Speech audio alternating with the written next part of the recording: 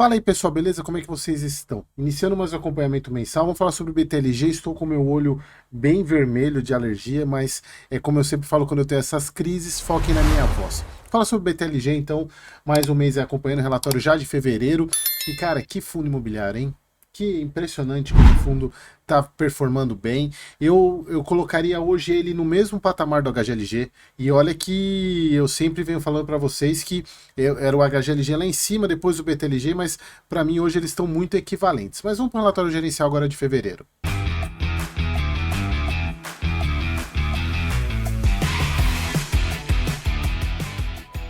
Então vamos lá, pessoal, relatório de fevereiro. Não tem muita coisa assim, mas um ponto importante vocês vão ver é na questão da DRE, a questão do resultado do fundo. Então, relatório agora de fevereiro de 2025, aquela questão do prêmio, para quem perguntou, eu lembro que de alguém perguntou em alguns comentários falando sobre qual prêmio que o BTG tinha recebido. Foi eleita a melhor gestora de real estate da América Latina. Bom, o fundo 94,30 fechamento de fevereiro, deixa eu pegar aqui. Quanto que ele fechou, quanto que ele estava hoje, BTLG, 95,50. É bem próximo do que ele estava, então nenhuma mudança. Valor patrimonial 103,81. Se vocês observarem, até na cotação, ele deu uma valorizada aí nos últimos. Chegou a bater menos de quase R$ 85, mas já valorizou aí quase 10% daquela queda lá no final de novembro. Mas ainda assim, se a gente for pegar em um ano, né, ele estava mais de R$ 106, então ainda tem bastante chão para voltar ao que estava antes ainda. Então algumas pessoas entendem isso como oportunidade. 370 mil cotistas, gente pra caramba, quase 10% de dividend yield, o que é absurdo para um fundo deste calibre. Vacância financeira de 1,6%, aumentou um pouquinho, a gente já vai falar sobre isso, mas assim, é praticamente irrisório. 1,3 milhão de área de ABL, cara, que gigante. Se somar BTLG e HGLG, você tem quase um estado aí de termos de ABL de fundo. Então, sobre o fundo continua com 34 imóveis, sendo que 3 estão em processo de venda, 1,3 milhão de metro quadrado, vacância financeira de 1,6. O fundo pagou, fevereiro, né, distribuiu 78 centavos, distribuição representa aí o yield de 10%. No fechamento desse mês, eles reconheceram a última parcela lá da venda do BTLG São Bernardo, de 9 milhões. A reserva subiu para 58 centavos. E também teve uma despesa referente também que foi lançada, então teve um pouquinho de aumento da despesa nesse mês por causa da comissão, que também não é um recorrente. Então aqui tem 2 não recorrentes que a gente vai ver lá na DRE, isso bem claro. E sobre a parte comercial, o fundo realizou revisão contratual de locação referente a uma área lá no BTLG Jundiaí, que representava aproximadamente 40% da totalidade, revisional de quase 12%, ou seja, acima da inflação, isso é importante também. Ao longo do mês, lá no BTLG Ribeirão Preto, desocupação de 2 módulos pelo Mercado Livre. Um desses módulos foi. Aqui a gente já vê um ponto positivo da gestão, a rapidez da locação, reposicionando para o DHL, foi a alocação para o DHL, que também é uma outra grande empresa, minimizando o impacto da vacância, mas ainda tem um aumento aí de vacância de 3 mil metros quadrados, que foi com que fez com que a vacância do fundo saísse de 1,4 para 1,6, mas assim, é irrisório esse aumento.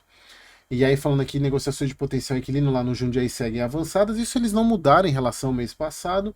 Falando sobre as áreas lá do Cabreúva, Ribeirão Preto e Suape, seguindo com a agência intensa de prospecção de novos locatários. Aqui, pessoal, a parte de receita, mas vamos para a DRE, que eu acho que é o mais importante. Aqui a gente vê outro ponto importante, aumento da receita de locação do mês de janeiro para fevereiro. Eu acho que tem muito a ver com o revisional que o fundo fez, embora ele tenha colocado alguns pontos ali, mas se a gente for pegar aqui na parte de revisional,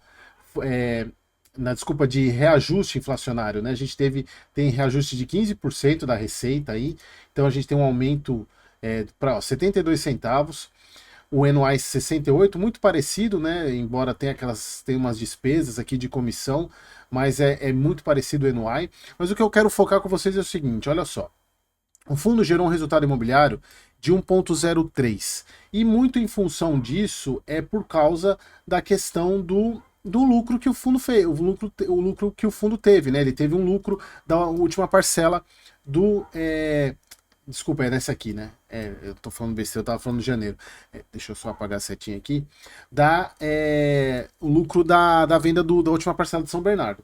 Mas se a gente for fazer o seguinte, pessoal, eu quero fazer uma conta que é isso que eu queria mostrar para vocês nesse ponto da DRE.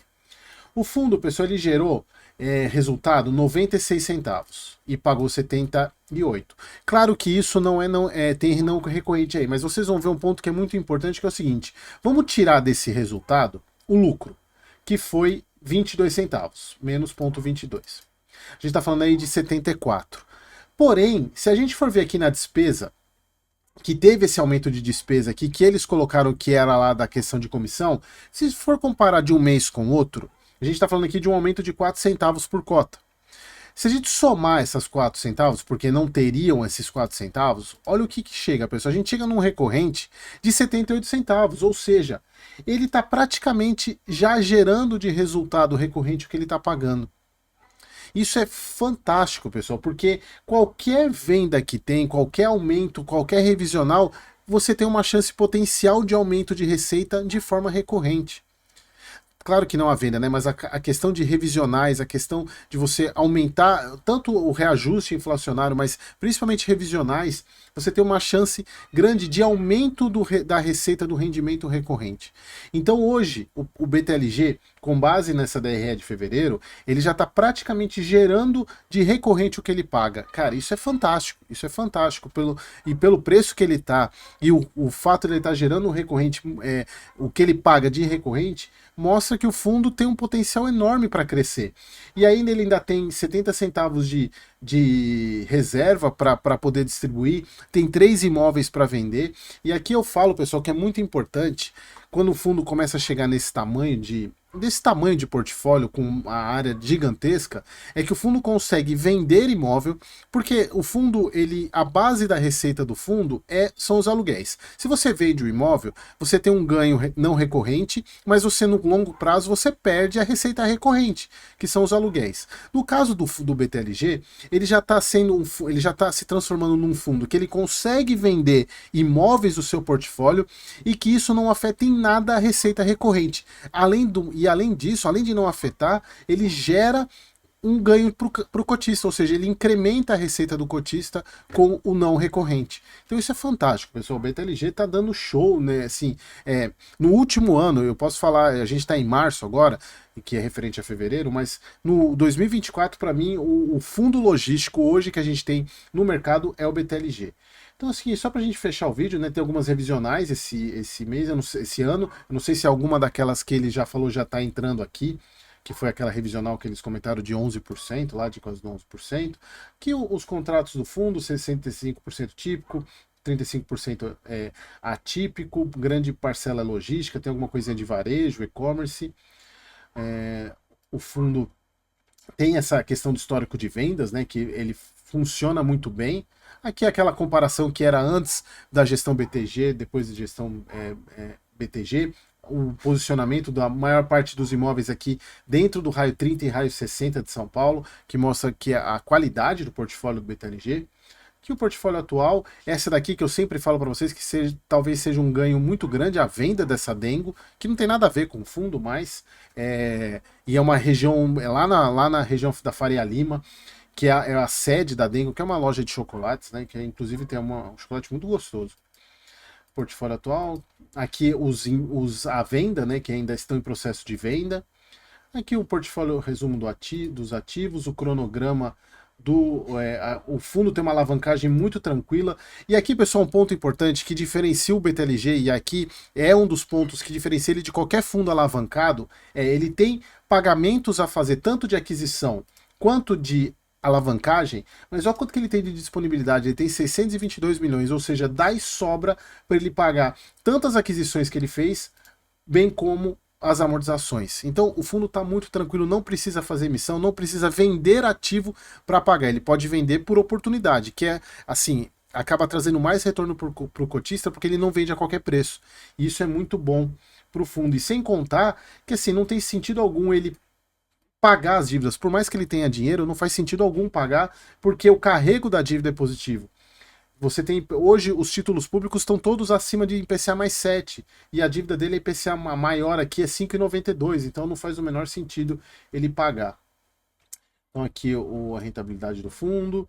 Aqui falando sobre o mercado de logístico, né, a gente vê que e é importante que a média de preço pedido está em R$28 no mercado, e aqui é um ponto que eu chamo a atenção para o VILG, porque eles usam a média, colocam média de mercado de 22, se eu não me engano, eu sempre pergunto de onde que eles tiram aqueles 22, porque a média de mercado é mais, se vocês pegarem os dados da Coilers, e é bem próximo de 27 e 28 mesmo, eu não sei de onde que o VILG tira aquilo.